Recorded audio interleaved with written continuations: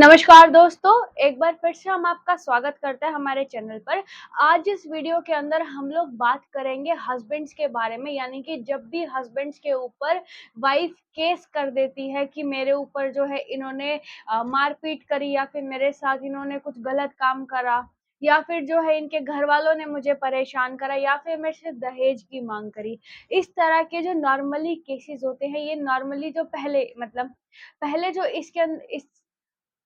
जो पहले इस तरह के केसेस होते थे वो हमारे 489 ए के अंदर होते थे, लेकिन अब जो है जब से हमारा बीएनएस लागू हुआ है वो सेक्शन 85 के अंदर कन्वर्ट हो गया है। तो आज हम बात करेंगे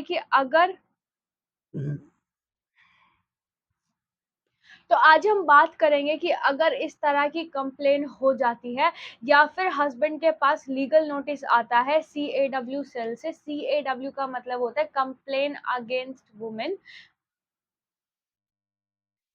सीएडब्ल्यू का मतलब होता है क्राइम अगेंस्ट वुमेन सेल। अगर सीएडब्ल्यू से आपको जो है लीगल नोटिस आता है तो उस सिचुएशन में हस्बैंड को नॉर्मली क्या करना चाहिए और क्या नहीं करना चाहिए, वीडियो को अंत तक जरूर देखिएगा और इस चैनल को सब्सक्राइब जरूर कर लीजिएगा। ऐसे ही लीगल अपडेट्स हम आपके लिए लाते रहेंगे और वीडियो को लाइक भी कर दीजिएगा। अब हम बात करते हैं कि किस तरह से जो है हस्बैंड को ऐसी सिचुएशन से डील करना चाहिए। जब भी आपके पास कोई लीगल नोटिस आता है, यानी कि आपकी वाइफ जो आपके खिलाफ कंप्लेन कर देती है वुमेन हेल्पलाइन पे या फिर सीएडब्ल्यू सेल जिसको हम बोलते हैं वहाँ पे, तो वहाँ से आपको अगर लीगल नोटिस आता है या फिर जो है कॉल करके, ये दो ही माध्यम है जिससे वो आपको वहाँ पे बुला सकते हैं। अगर आपको लीगल नोटिस आता है बाय चांस तो फिर आपको जो है बिल्कुल भी घबराना नहीं है, या कॉल आती है तब भी आपको बिल्कुल घबराना नहीं है। नॉर्मल सिचुएशंस में देखा जाता है कि जो हस्बैंड है उसको जब भी रिसीव होती है ऐसी कॉल या फिर ऐसा कोई लीगल नोटिस आता है तो वो घबरा जाते हैं और जो है यूँ सोचते हैं कि मुझे अब बेल के लिए अप्लाई करना पड़ेगा या फिर जो है मुझे वकील करना पड़ेगा। इस तरह की सिचुएशंस एकदम से नहीं आती है। जब भी आपको लीगल नोटिस आता है थोड़ा सा आप उस सिचुएशन में काम रहे, थोड़ा सा दिमाग से काम ले, एकदम से हड़बड़ाहट में कोई भी स्टेप ना उठाएं। और जब भी आप लीगल नोटिस रिसीव करते थोड़ा शांत रहें और उसको पढ़े पहले कि क्या लीगल नोटिस आया आपके पास, किस दिन आपको वहाँ पे बुलाया गया है और उस दिन पे उस समय पे आप वहाँ पे ज़रूर जाएँ। लीगल नोटिस को बिल्कुल भी इग्नोर ना करें। लीगल नोटिस का या फिर वहाँ से कॉल आने का मतलब ये बिल्कुल भी नहीं होता है कि आपको जो है वहाँ पे धमकाया जाएगा या फिर जो पहले इस तरह के केसेस होते थे वो हमारे 4 ए के अंदर होते थे, लेकिन अब जो है जब से हमारा बीएनएस लागू हुआ है वो सेक्शन 85 के अंदर कन्वर्ट हो गया है। तो आज हम बात करेंगे कि अगर इस तरह की कंप्लेन हो जाती है या फिर हस्बैंड के पास लीगल नोटिस आता है सीएडब्ल्यू सेल से। सीएडब्ल्यू का मतलब होता है क्राइम अगेंस्ट वुमेन सेल। अगर सीएडब्ल्यू से आपको जो है लीगल नोटिस आता है तो उस सिचुएशन में हस्बैंड को नॉर्मली क्या करना चाहिए और क्या नहीं करना चाहिए, वीडियो को अंत तक जरूर देखिएगा और इस चैनल को सब्सक्राइब ज़रूर कर लीजिएगा। ऐसे ही लीगल अपडेट्स हम आपके लिए लाते रहेंगे और वीडियो को लाइक भी कर दीजिएगा। अब हम बात करते हैं कि किस तरह से जो है हस्बैंड को ऐसी सिचुएशन से डील करना चाहिए।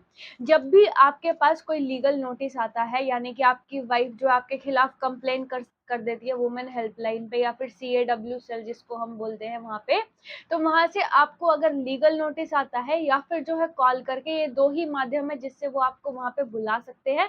अगर आपको लीगल नोटिस आता है बाय चांस तो फिर आपको जो है बिल्कुल भी घबराना नहीं है, या कॉल आती है तब भी आपको बिल्कुल घबराना नहीं है। नॉर्मल सिचुएशंस में देखा जाता है कि जो हस्बैंड है उसको जब भी रिसीव होती है ऐसी कॉल या फिर ऐसा कोई लीगल नोटिस आता है तो वो घबरा जाते हैं और जो है यूँ सोचते हैं कि मुझे अब बेल के लिए अप्लाई करना पड़ेगा या फिर जो है मुझे वकील करना पड़ेगा।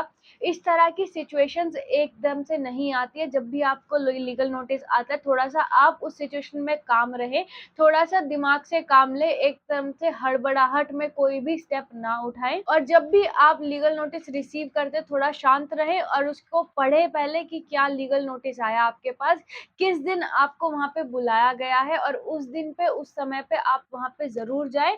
लीगल नोटिस को बिल्कुल भी इग्नोर ना करें। लीगल नोटिस का या फिर वहाँ से कॉल आने का मतलब ये बिल्कुल भी नहीं होता है कि आपको जो है वहाँ पे धमकाया जाएगा या फिर आपको वहाँ पे बुला के जो है आपके ऊपर प्रेशर बनाया जाएगा, ऐसा कभी भी नहीं होता। और रही बात वकील करने की, लीगल नोटिस आते ही आपको वकील करने की ज़रूरत नहीं है, क्योंकि जब भी आप सीएडब्ल्यू सेल में जाते हैं, वहाँ पे आप किसी को अपने साथ नहीं ले जा सकते, वहाँ पे एक वकील भी नहीं जा सकता है। वहाँ पे सिर्फ पार्टीज़ होती है, यानी कि आपकी वाइफ जिसने कंप्लेन करी है और आप है, वहाँ पे आप दोनों को ही बुलाया जाता है और आप दोनों की वहाँ पे काउंसलिंग की जाती है। यानी कि एक तरह से सीएडब्ल्यू का जो मेन मोटिव होता है आपको वहाँ पे बुलाने का, वो ये मोटिव होता है कि आप दोनों को समझा बुझाकर कोशिश की जाए कि आपका जो रिश्ता है वापस से रिस्टोर हो जाए, यानी कि एक तरह से आप दोनों समझौता कर ले। किसी भी तरह से वो लोग आपके ऊपर प्रेशर नहीं बना सकते, उनको आपको अरेस्ट करने की कोई भी अथॉरिटी नहीं है। तो इन चीज़ों की लीगल नोटिस आने पे या वहाँ से कॉल आने पर बिल्कुल भी टेंशन ना लें। इसके बाद बात आती है कि मैं वहाँ पे जाऊँगा, अगर उन्होंने मेरे पे दबाव बनाया या फिर जो है वहाँ पे अगर मेरी वाइफ ने कुछ झूठे एलिगेशंस लगाए होंगे तो मेरे साथ क्या होगा? देखिए, जब भी आप जो है सीएडब्ल्यू सेल में जाएँगे, यानी कि क्राइम अगेंस्ट वुमेन सेल में जाएँगे, तो वहाँ पर आपको जो है एफआईआर की कॉपी दी जाएगी, यानी कि जो आपकी वाइफ ने आपके ऊपर एलिगेशंस लगाए हैं उसकी एक कॉपी दी जाएगी। अगर कॉपी नहीं दी जाती है 1% तो आप आरटीआई लगाकर वहाँ से ले सकते हैं, या वरना वहाँ पर आप बोल देंगे तब भी आपको मिल जाएगी। वैसे नॉर्मली जो है आपको एक फोटोकॉपी प्रोवाइड की जाती है कि आपके खिलाफ ये एलिगेशंस लगे हैं, तो इसके लिए आप क्या कहना चाहेंगे। और अगर आप जो है वहाँ पर एलिगेशंस पढ़े पहले आराम से बैठ के, अगर आपको ऐसा लगता है कि वो झूठे एलिगेशंस है, यानी कि फॉल्स एलिगेशंस हैं, तो आप वहाँ पे चाहे तो साथ-साथ वहाँ पे बात भी कर सकते हैं और चाहे तो आप वहाँ से टाइम माँग सकते हैं। टाइम लेकर उस जो एफआईआर है, यानी कि वो जो आपको कंप्लेंट के अंदर रॉन्ग एलिगेशंस लगाए गए हैं, उसका आप अपने वकील के थ्रू रिप्लाई कर सकते हैं 1 दिन का या 2 दिन का टाइम माँगकर। जब भी आप सीएडब्ल्यू सेल में जाते हैं, वहाँ पे जो है वो लोग कोशिश करते हैं, आपकी काउंसलिंग कराते हैं, आपको काउंसलर के पास या फिर मीडिएटर के पास रेफर किया जाता है। क्योंकि जो फैमिली मैटर्स होते हैं उसके अंदर कोर्ट का सिर्फ एक ही मेन मकसद रहता है कि जितना हो सकता है रिश्ते को बचा कर रखे, यानी कि उस रिश्ते को रिस्टोर कर सके। अगर बिल्कुल भी ऐसा चांस नहीं होता कि अब कोई भी चांस नहीं है रिस्टोरेशन का, तभी आपको जो है तलाक के लिए जाना चाहिए। अगर 1% भी चांस है तो आप मीडिएशन के थ्रू अपना रिश्ता जो है बचा सकते हैं, चाहे कितने भी बुरे हालात में हो। अगर आपको लगता है कि आप लोग साथ रह सकते हैं तो आपका रिश्ता बचाने में कोई बुराई नहीं है। लेकिन जब भी आप काउंसलर के पास जाते हैं या फिर वहाँ पे जो भी बात होती है, वो आप अपनी मर्ज़ी से ही डिसाइड कीजिए, यानी कि काउंसलर या फिर मीडिएटर जो भी वहाँ पे एडवोकेट है, उनके प्रेशर में आके कभी भी डिसीज़न नहीं लेना है। आपको सोच-समझ कर डिसीज़न लेना है कि आप जो समझौता कर रहे हैं, यानी कि अगर आप काउंसलिंग लेकर आपके मन में यूँ आता है कि मैं समझौता कर लेता हूँ, यानी कि मैं थोड़ा-सा समझ लेता हूँ, हो सकता है कि हमारा रिश्ता चल जाए। तो उसमें ये ज़रूर देखिए कि सिर्फ़ आप नहीं, आपकी वाइफ़ भी वो चीज़ें समझने को तैयार हो। एक हाथ से कभी भी ताली नहीं बजती, दोनों हाथ चाहिए होते हैं ताली बजाने के लिए भी। तो ये चीज़ बहुत ध्यान रखें कि अगर आप थोड़ा-सा स्टेप बैक कर रहे हैं, तो आपकी वाइफ़ भी उतना ही स्टेप बैक करे, ताकि आप दोनों का रिश्ता ठीक से चल सके। अब बात आती है कि मान लीजिए आपने डिसाइड करा कि आप साथ में रहना चाहते हैं, लेकिन अगर उन्होंने फ़ॉल्स एलिगेशंस लगाए थे आपके ऊपर, तो ये चीज़ बेहद ध्यान रखें कि आगे जाके आपके पेरेंट्स के लिए, आपके भाई-बहन के लिए जो है दिक्कत कर सकते हैं, क्योंकि ऐसा माना जाता है कि अगर कोई औरत जो है अपने पति पे झूठे इल्ज़ाम लगा सकती है, तो वो बाद में जो है कुछ भी कर सकती है, उसका दिमाग उससे कुछ भी करवा सकता है। तो इस चीज़ से बेहद सावधान रहें और जब भी ऐसी सिचुएशन आती है तो कोशिश करें अपने माँ-बाप से थोड़ा अलग रहें, यानी कि कोई रेंट पे कमरा वगैरह ले लें या फिर फ्लैट, जैसा भी आपको सूटेबल लगे। लेकिन अपने माँ-बाप से थोड़ा अलग रहे ताकि वो लोग सेफ रह सके, उनके ऊपर कोई आँच ना आए। अब इसके बाद बात आती है कि आप मान लीजिए आपको ऐसा लगता है कि आप काउंसलर की बात सुन रहे हैं, लेकिन आपका अभी भी मन नहीं है अपनी वाइफ के साथ रहने का, मतलब आप समझौता नहीं करना चाहते हैं। अगर आप समझौता करते हैं तो वहाँ पे आपसे जो है लिखा-पढ़ी करवाई जाती है कि हाँ, मैं आगे से ऐसा कुछ हमारे बीच में नहीं होगा, या फिर जो भी चीज़ें मतलब आपकी वाइफ बोलती है या फिर आप जो है आप दोनों जो भी अंडरस्टैंडिंग पे आते हैं वो सब कुछ आपसे लिखवाया जाता है और मैटर खत्म कर देते हैं। लेकिन अगर आप फिर भी चाहते हैं कि ये चीज़ें खत्म ना हो, यानी कि आप अपनी वाइफ के साथ अब कंटिन्यू नहीं कर सकते, किसी भी हाल में आप लोगों की नहीं बन पाएगी, तो आप काउंसलर से वहाँ पे रिक्वेस्ट कर सकते हैं कि आपका समझौता नहीं हो पाएगा, आप जो है म्यूचुअल डाइवोर्स करा दीजिए, यानी कि दोनों की आपसी सहमति से डाइवोर्स करा दीजिए।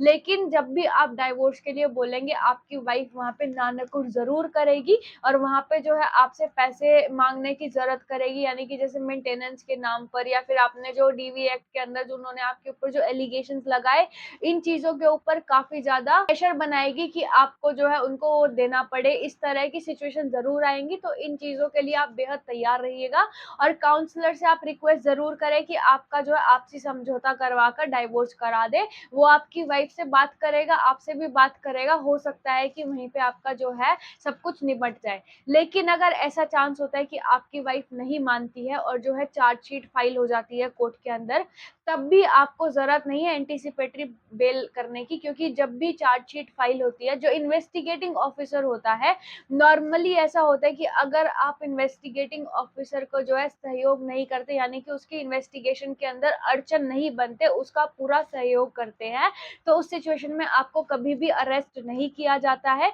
अगर आप प्रॉपर इन्वेस्टिगेटिंग ऑफिसर की हेल्प करेंगे, यानी कि जब आपको बुलाया जाता है, आप वहाँ पे पहुँच जाएँगे, आपसे जो पूछा जाता है आप सीधा-सीधा जवाब देंगे, या फिर किसी भी तरह की हेल्प अगर वो आपसे माँगते हैं तो आप करते हैं, तो इन चीज़ों में आपको बेल की ज़रूरत नहीं होती है।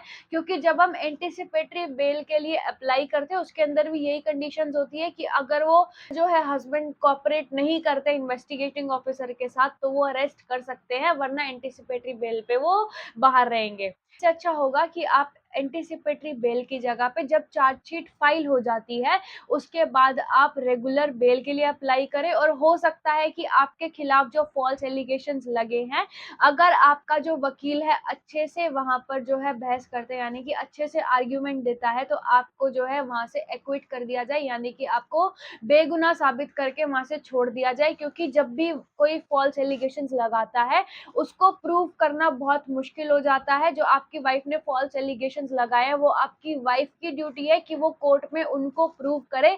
आपके ऊपर कोई बर्डन ऑफ प्रूफ नहीं है। आपके पास एक और सॉल्यूशन है इस चीज़ का। सॉल्यूशन ये है कि आप हाई कोर्ट में जाकर, यानी कि जो आपके खिलाफ फॉल्स चार्जेस लगे हैं, उनके अगेंस्ट आप हाई कोर्ट में जाकर उस एफआईआर को क्वैश करा सकते हैं। वहाँ पे एप्लीकेशन लगाकर, यानी कि हाई कोर्ट में एप्लीकेशन लगाएँगे कि आपके खिलाफ जो है फॉल्स चार्जेस लगाए गए हैं।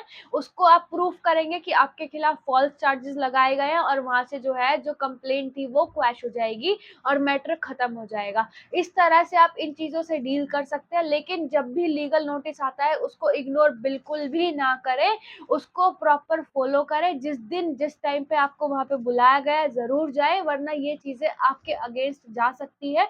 तो लीगल नोटिस आने पर हड़बड़ाएँ नहीं, बिल्कुल शांत रहें और उस चीज़ को अच्छे से फॉलो करें। आज की वीडियो में इतना ही। अगर वीडियो पसंद आई हो तो चैनल को सब्सक्राइब कर लीजिएगा और वीडियो को लाइक ज़रूर कर दीजिएगा। ऐसे ही लीगल अपडेट्स हम आपके लिए लाते रहेंगे। अगर फिर भी आपको कोई सिचुएशन, यानी कि आप किसी चीज़ को फेस कर रहे हैं, आप कुछ हेल्प चाहते हैं, कुछ जानना चाहते हैं, तो आप हमें कमेंट कर सकते हैं, हम आपकी हेल्प ज़रूर करेंगे। Thank you so much.